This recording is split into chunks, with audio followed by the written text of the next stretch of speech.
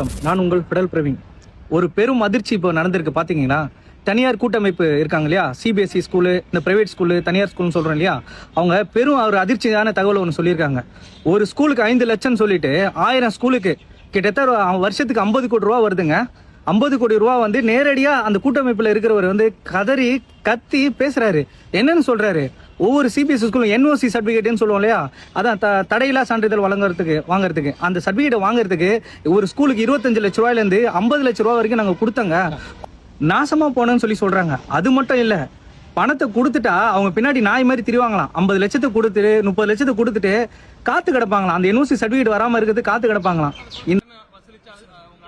இல்ல, அதற்கு முன்பும் இருந்தது. கடந்த ஆட்சி ரொம்ப அதிகமா இருந்தது. பெரிய மன உளைச்சல் அதிகமா இருந்தது. பணத்தை வாங்கினாலும் வேலை செய்யலீங்க. அதான் உண்மைங்க.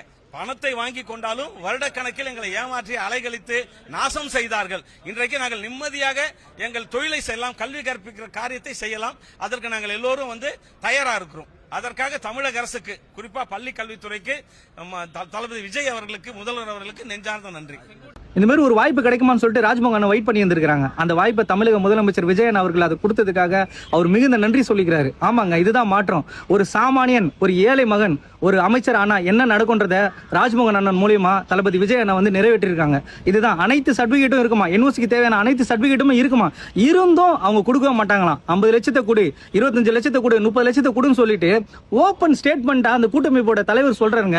ஓபன் ஸ்டேட்மெண்டா சொல்றாங்க. இதை விட அவங்க ஊழல் பண்ணதுக்கும் அவங்க நம்ம தமிழ்நாட்டை சீரழிச்சதுக்கும் என்ன காரணம்னு நினைக்கிறீங்க? இதுதாங்க.